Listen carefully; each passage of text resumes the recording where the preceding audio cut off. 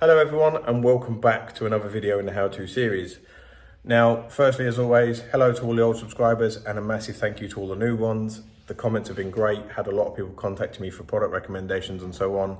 That's absolutely fine. Feel free, drop me a message on social media. It isn't an issue and I will get back to you all as soon as I can.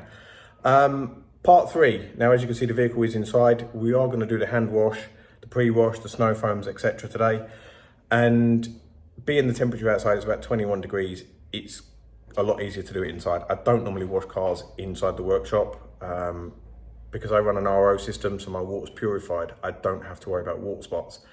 But trying to film it, do the pre-wash, etc. is not going to be easy in the weather, so it's easier to do it inside. The car's been in here a couple of hours now, so we are at a point that the paintwork is nice and cool to touch, so we haven't got to worry about it drying while we're working, obviously. So yeah, let's have a look at the products we're going to use today and why we're going to use them, and then we will start on the exterior. Today's products of choice, everyone. As always, I will list all of these in the description with links to purchase them, obviously.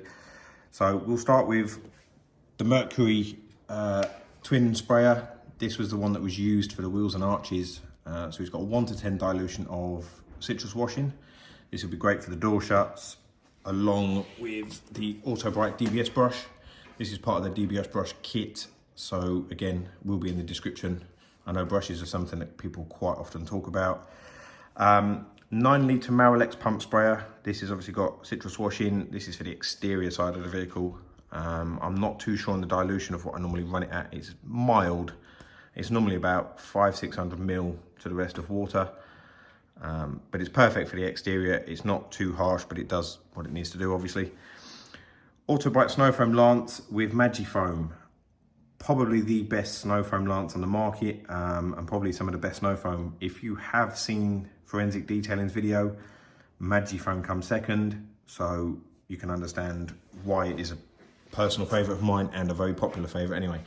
150 ml of snow foam to the rest water. Very, very thick. You'll see that in the video because we are going to put it on thick today. Don't have to put it on thick, but in this video I personally will, just so people can see.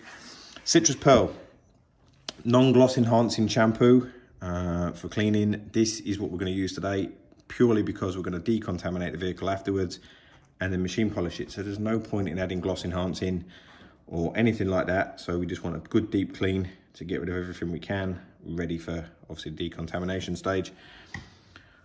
2 buckets, wash and rinse, both designated. There is 2 wash mitts in the wash bucket. Blue one is for the top half of the vehicle and the yellow one obviously for the bottom. Again, designated rinse bucket. Both buckets have grit guards in so that when the wash mitts go back in, all the loose dirt and debris falls to the bottom and is obviously trapped at the bottom. 2 wash mitts purely just to, again, minimise the risk of marring or scratches should you pick any dirt up, hence blue one for top half, yellow one for the bottom half of the vehicle. So, Touran.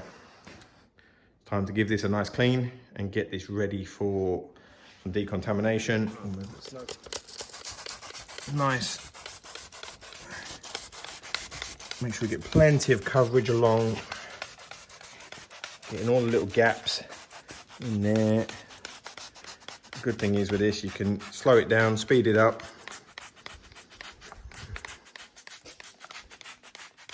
We haven't got to worry too much about spillage on this because we are going to obviously do a full interior valet. Seats out, everything.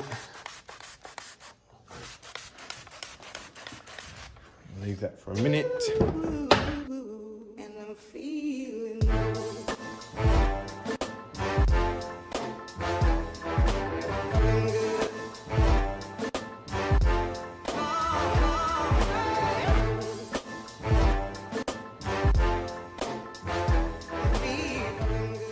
All sprayed with cleaner.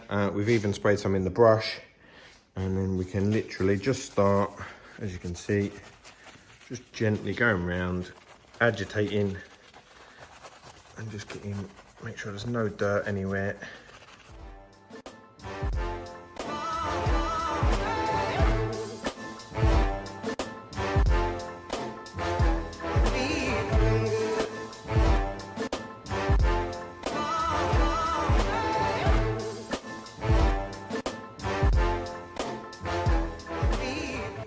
Now, as you can see, that door shut's fully clean.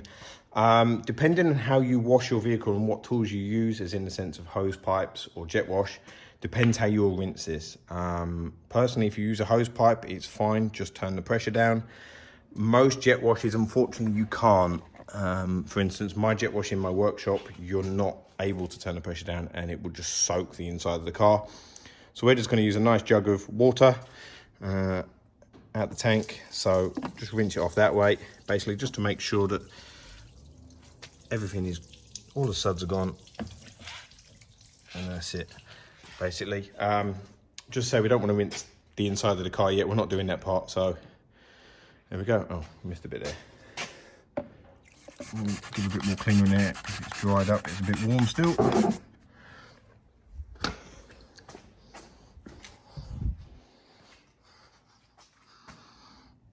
Wheel brush. This is a small, easy detail wheel brush.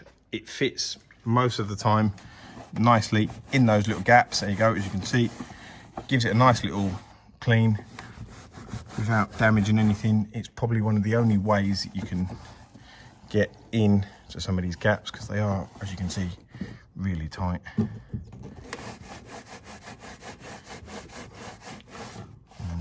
you can just get, go. As you see, nice and easy. Very good, handy thing for a wheel brush to be used for. So now it's time to citrus pre-wash the whole entire vehicle. We're going to cover the whole car in citrus pre-wash. We'll leave that to dwell for a minute or two, and then we can jet wash that off prior to getting the snow foam out and doing that.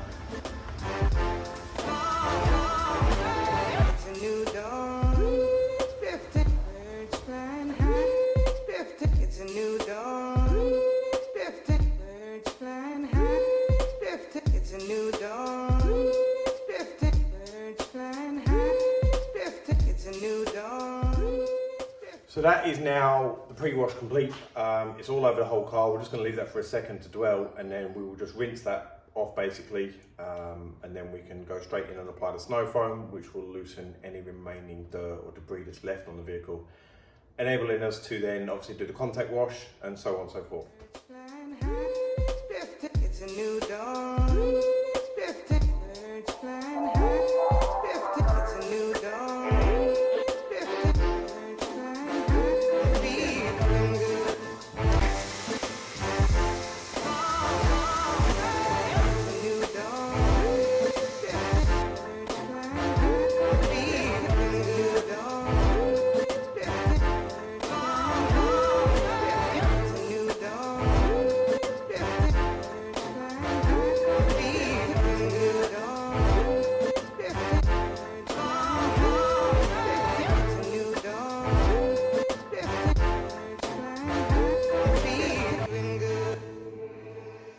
So while the snow foam is on like this, you can also take your EZBS brush, or a similar brush if you've got one, and go around and do things like the rubbers around the windows.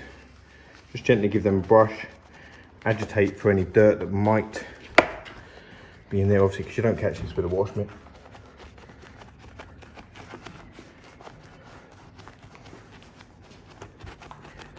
You just catch some of the dirt that's coming off of there. Just helps. So the wash mitt doesn't really clean those parts, hence the brush. Same as the rear in that part there. The brush doesn't really get in there. You go, you can see the dirt coming off of it there, where the brush is agitating that. So the wash mitt doesn't get that dirt out.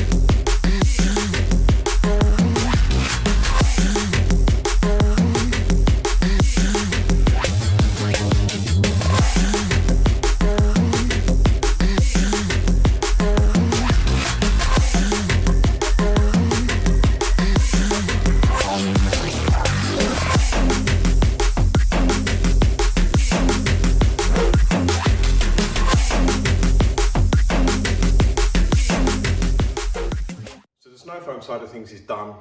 We've put a couple of capfuls of citrus pearl into the wash bucket. We've foamed that up. We're now going to start with the wash process. So we will do straight lines, none of this circular motions or anything like that. Get into the habit of doing that is an important thing. Again, you minimize the risks of swirl marks, marring and so on by keeping it in a straight line. We will do half the roof, move to the other side of the vehicle and then do that half. Then we'll come back, washing it straight into the rinse bucket. We'll rinse it out, make sure that any loose dirt and debris stays in the rinse bucket. We'll then be back into the wash bucket for fresh water and suds, and we'll start again on another part of the vehicle.